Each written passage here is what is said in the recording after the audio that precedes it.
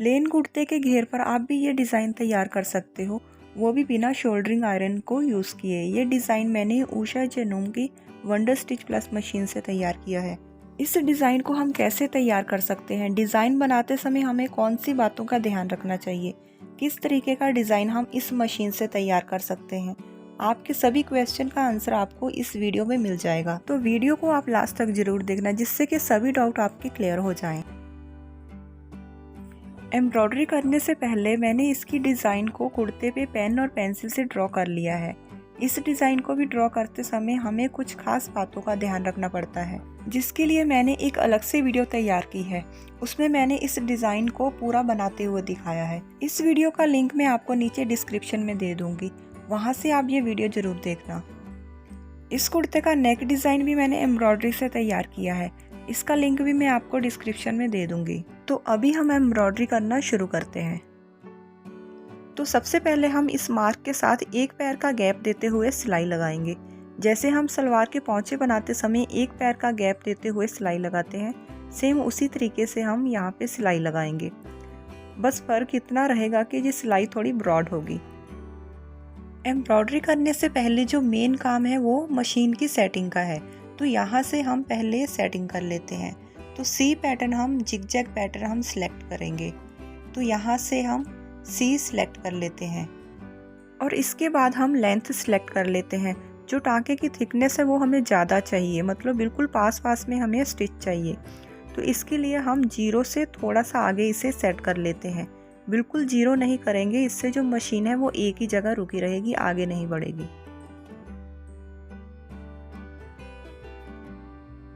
Length के बाद width हम सिलेक्ट करेंगे। जो टाँके की जो चौड़ाई है वो हमें फुल चाहिए, तो हम इसे 5 पे सेट करेंगे। ऊपर की साइड में सिल्क का ये मेहरून कलर का थ्रेड यूज़ करूँगी और नीचे बॉबिन में आप कोई भी इसके साथ मिलता जुलता थ्रेड यूज़ कर सकते हो। इसके अलावा नीचे की साइड आप ये वाइट कलर का कॉटन का थ्रेड यूज़ कर सकते हो। एक बार परचेज करने के बाद ये सालों साल चलता है। तो सबसे पहले हमने जो लाइन ड्रॉ की थी उसके साथ साथ एम्ब्रॉयडरी करेंगे।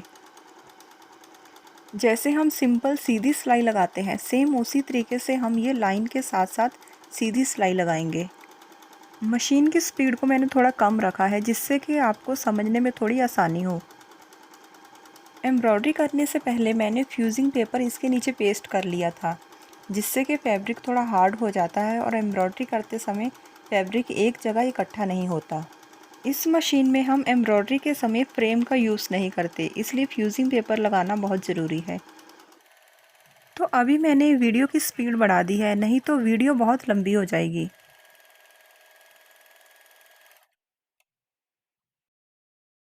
अब फैब्रिक को हम घुमाते हुए एक पैर का गैप देंगे और सिलाई लगाएंगे।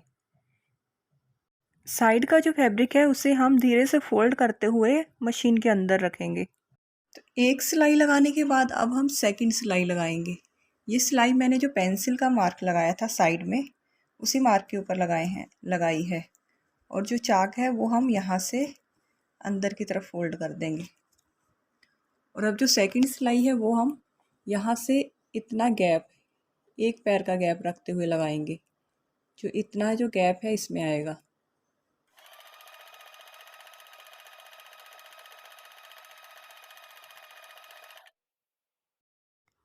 सिलाई लगाते समय हमें खास इस जगह नज़र रखना है, अगर थोड़ा सा भी फैब्रिक एक साइड चला गया तो जो सिलाई है एक साइड चली जाएगी, इसलिए हम खास यहाँ पे नज़र रखेंगे और बिल्कुल सीधी सिलाई लगाएंगे।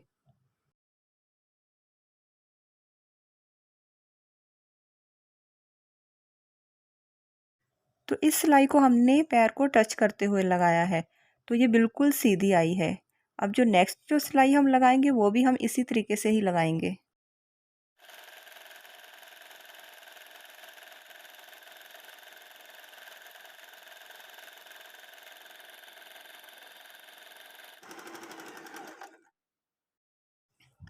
इस मशीन से सिलाई लगाना बहुत आसान है, बस हमें एक बार सेटिंग चेंज करना है और उसके बाद सिंपल सिलाई की तरह ये सिलाई लगाते जाना है। बस हमें एक जगह नज़र टिकाते हुए सिलाई लगाना पड़ता है, जिससे कि सिलाई बिल्कुल सीधी आती है।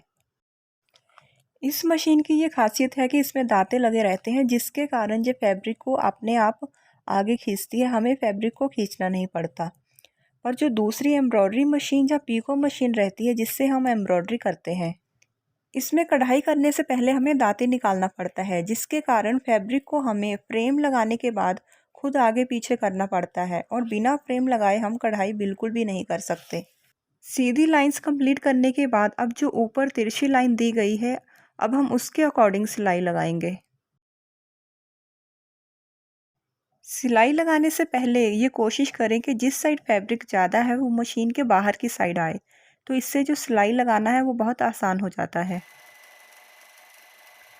दोनों साइड इस तरीके से हाथ रखते हुए फैब्रिक को आगे की तरफ हल्का सा पुश करते जाएं, जिससे जो सिलाई हो बिल्कुल सीधी आती है।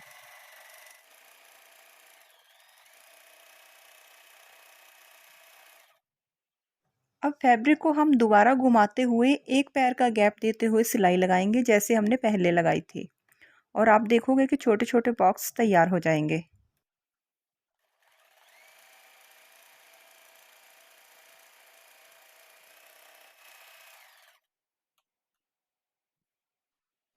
बाकी का जो पूरा डिज़ाइन है वो हम इसी तरीके से कंप्लीट करेंगे। इस डिज़ाइन में मैंने जो स्टिच की विड्थ है वो 5 ली है। आप चाहो तो इसे थोड़ा कम भी कर सकते हो। वैसे इसकी विड्थ कम ही ली जाती है, 2 या 3 ली जाती है, जिससे बिल्कुल नेट जैसा डिज़ाइन तैयार होता है। मैंने इसकी विड्थ 5 ली है, वो इसलिए कि ये डिज़ाइन थोड़ा मजबूत बने। जितनी स्टिच की विड्थ ज़्यादा रहेगी उतना ही डिज़ाइन ज़्यादा मजबूत बनेगा। मैं पहले भी इसी तरीके का डिज़ाइन बनवा चुकी हूँ, वो मैं अभी आपको दिखाती हूँ। तो ये सूट आप देख सकते हो जो मैंने वेयर किया है, ये काफ़ी पुराना सूट है और इसे मैं काफ़ी टाइम से वेयर कर रही हूँ और अभी भी करती हूँ। अब इस डिज़ाइन को आप देख सकते हो ख़राब होना शुरू हो गया है। इसकी जो विड्थ है स्टिच की वो आप देख सकते हो 2 या 3 है। इसी कारण से मैंने जो स्टिच की विड्थ है अभी वो ज़्यादा ली है, 5 ली है, जिससे कि डिज़ाइन थोड़ा और मजबूत तैयार हो, क्योंकि डिज़ाइन बनाने में काफ़ी टाइम भी लगता है और मेहनत भी। इन लाइंस को कंप्लीट करने में मेरे को 2.5 से 3 घंटे लगे हैं। तो इस डिज़ाइन को मैंने कंप्लीट कर लिया है। पीछे की साइड भी आप ये डिज़ाइन देख सकते हो। पीछे की साइड मैंने ये रेड कलर की बॉबिन फिल की थी। अब हम ये ऊपर जो डिज़ाइन है उसे कंप्लीट करेंगे। ऊपर का डिज़ाइन भी मैं ज़्यादा मेहरून कलर के थ्रेड से ही कंप्लीट करूँगी, क्योंकि इसे मैं मेहरून कलर की लेगिंग या प्लाजो के साथ वेयर करूँगी। तो पहले हम ये फ्लावर्स बना लेते हैं मेहरून कलर के थ्रेड से।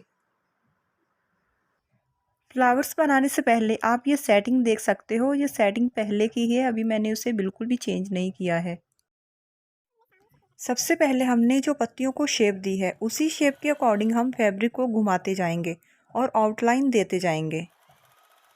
पत्ती की ऊपर की साइड जो थोड़ी तीखी रहती है वहाँ हमें थोड़ा खास ध्यान देना होगा। वहाँ तक आते आते हम स्टिच को एकदम सीधा कर देंगे, जिससे वहाँ एक नुकीली शेप आ जाएगी। और दूसरे भी कई तरीके हैं जिससे हम पत्ती को ऊपर से शेप दे सकते हैं। स्टिच को हमने 5 नंबर पे किया है, उसे हम 2 नंबर पे करके भी पत्ती को शेप दे सकते हैं, उसे आउटलाइन दे सकते हैं। जैसा आपको इजी लगे आप उसी के अकॉर्डिंग कर सकते हो। आउटलाइन देने के बाद अब पत्ती को हम अंदर से फिल करेंगे। दूसरी जो एम्ब्रॉयडरी की मशीन रहती है उस पे हम स्टिच की विड्थ को घुटने से कम या ज़्यादा करते हुए पत्ती को शेप दे सकते हैं, पर इस मशीन में हम जिस नंबर पे इसे सेट करते हैं वही विड्थ रहती है। एकदम से इसे कम या एकदम से इसे ज़्यादा नहीं कर सकते।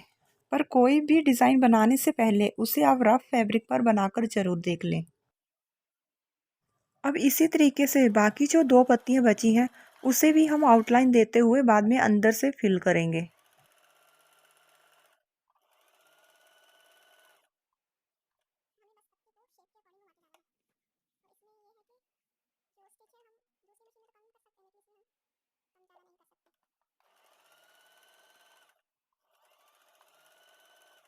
इसे कंप्लीट करने के बाद बाकी के जो 2 फ्लावर बचे हैं उसे भी हम इसी तरीके से फिल करेंगे।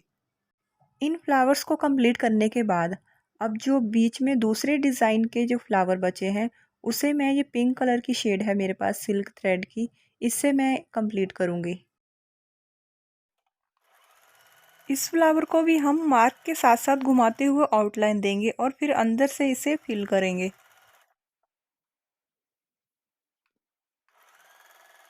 इस मशीन से जब हम डिज़ाइन बनाते हैं तो आपको इस बात का ध्यान रखना है कि जो फ्लावर्स हैं वो ज़्यादा छोटे ना हो।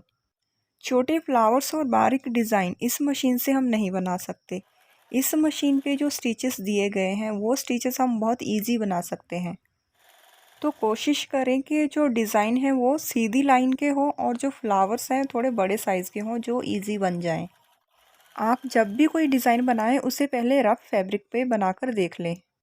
मैं भी पहले डिज़ाइन को रफ़ फैब्रिक पे बनाकर देखती हूँ। तो ये डिज़ाइन मैंने ऐसे ही थोड़ा सा रफ़ पैटर्न में बनाकर देखा था और फिर इसे मैं मेन फैब्रिक पे बनाती हूँ। अगर डिज़ाइन बनाने में थोड़ी सी भी प्रॉब्लम आती है तो मैं इसे चेंज कर देती हूँ। इसी तरीके से हम फैब्रिक को घुमाते हुए ये सभी फ्लावर्स कंप्लीट करेंगे।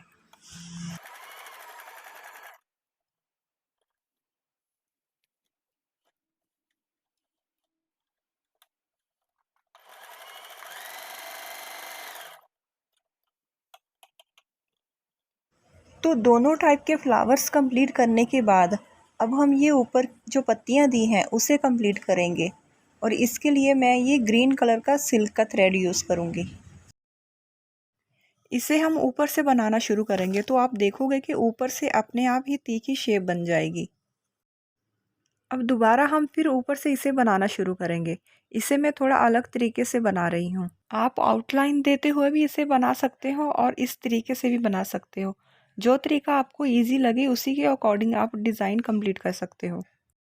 इस तरीके से डिज़ाइन बनाने में हमें धागे को बार बार काटने की ज़रूरत पड़ती है, पर जो आउटलाइन देने के बाद जो हम बनाते हैं उसमें हमें धागे को बार बार काटने की ज़रूरत नहीं पड़ती।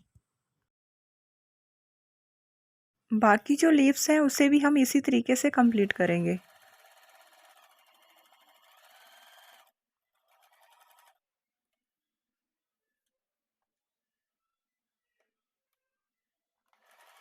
इस पत्ती को पहले मैंने आउटलाइन दी है, उसके बाद मैंने इसे अंदर से फिल किया है।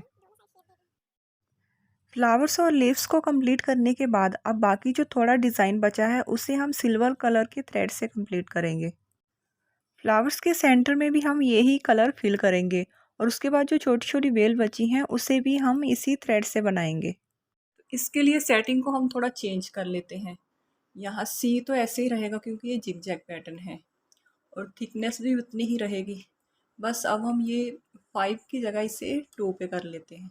जो विड्थ है इसकी 2 पे रहेगी वो। सबसे पहले हम ग्रीन कलर की लीव्स को आउटलाइन देंगे। सबसे ऊपर हम नीडल को नीचे ही रहने देंगे और फिर फैब्रिक को घुमाते हुए आउटलाइन देंगे।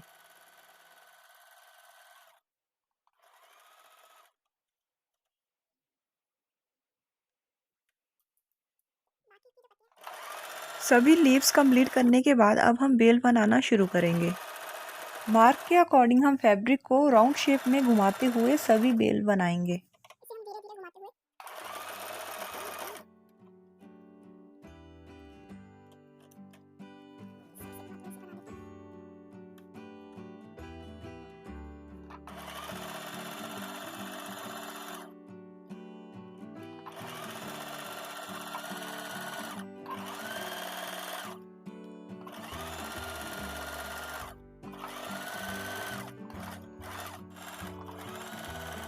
बेल के साथ साथ फ्लावर्स को भी हम आउटलाइन देते हुए अब ये पूरा डिज़ाइन कंप्लीट करेंगे।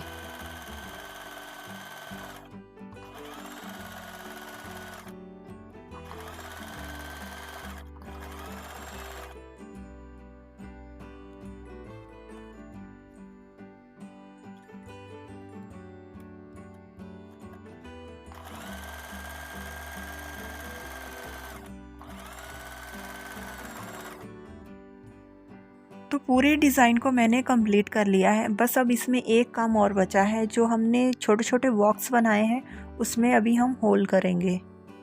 मेरे पास अभी शोल्डरिंग आयरन नहीं है तो मैं अभी होल करने के लिए अगरबत्ती का यूज़ करूँगी। होल करने के लिए हम फैब्रिक को फ्रेम में भी लगा सकते हैं जिससे फैब्रिक एकदम सीधा रहेगा। नहीं तो कोशिश करें कि फैब्रिक को एकदम सीधा रखें, नीचे की साइड दूसरा कोई भी फैब्रिक टच ना हो। तो अगरबत्ती को हम एक जगह थोड़ी देर के लिए टच करके रखेंगे तो फैब्रिक जल जाएगा और उसमें होल हो जाएगा। अगरबत्ती को घुमाते हुए होल को हम कम या बड़ा भी कर सकते हैं। मैंने होल को थोड़ा कम ही रखा है जिससे डिज़ाइन में मजबूती आती है और ये डिज़ाइन लंबे समय तक चलता है। वॉश करने पर भी ये डिज़ाइन ख़राब नहीं होता।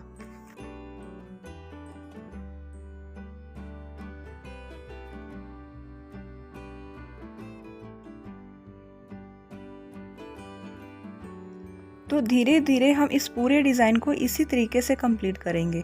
इसमें थोड़ा टाइम ज़रूर लगेगा लेकिन बनने के बाद ये डिज़ाइन बहुत प्यारा लगता है।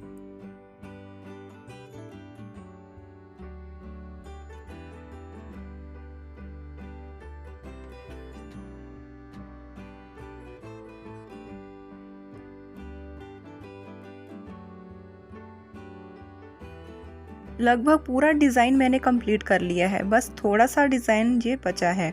अब इसे भी मैं कंप्लीट करने के बाद पूरा डिज़ाइन आपको दिखाती हूँ।